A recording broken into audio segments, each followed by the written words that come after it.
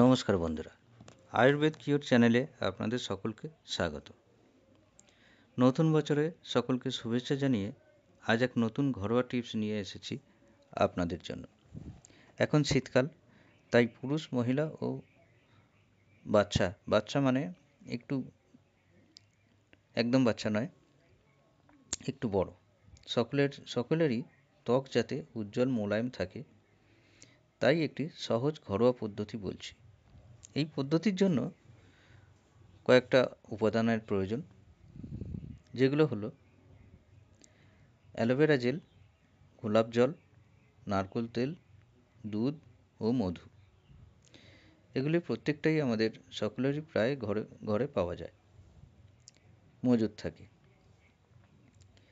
যদি না থাকে এগুলো একটু অ্যারেঞ্জ করে নেবেন। তো কিভাবে করবেন? প্রথমে অ্যালোভেরা জেল ধরুন ছোট চা চামচের, স্টিলের চামচও হতে পারে, চা চামচের হাফ চামচ অ্যালোভেরা জেল নিলেন। গোলাপ জল হাফ চামচ, নারকেল তেল হাফ চামচ, আর 1 চামচ কাঁচা দুধ। দুধ যেন কাঁচা হয়, জাল দেওয়া দুধ হলে হবে না, কাঁচা দুধ হতে হবে। এইগুলির সাথে 2 ফোঁটা মধু যে কোনো ব্র্যান্ডের হতে পারে। এই 5টা উপাদান একসাথে মিশিয়ে নিলেন। যে কোনো একটা ফাইবারের বাটি হোক বা স্টিলের বাটি হোক, একটা বাটিতে মিশিয়ে নিলেন। নিয়ে 2 মিনিট একটু রেখে দিলেন। দিয়ে রাতে শোবার আগে এটা তৈরি করে নিলেন। নিয়ে মুখটা ভালো করে ধুয়ে নিলেন। ধুয়ে মুছে একটু পরিষ্কার করে নিলেন। নিয়ে এটা মাসাজের মতো লাগিয়ে নিলেন। শুধু মুখে নয়, মুখের চারপাশে, গলায়, ঘাড়ে বা হাতে পায়ে আপনি লাগাতে পারেন, কোনো অসুবিধে নেই। যেখানে খসখসে ভাব আছে, ধরুন সকলের স্কিন তো সমান নয়, প্রত্যেক স্কিনের জন্যই এটা উপযোগী। এতে কোনো অসুবিধে হবে না।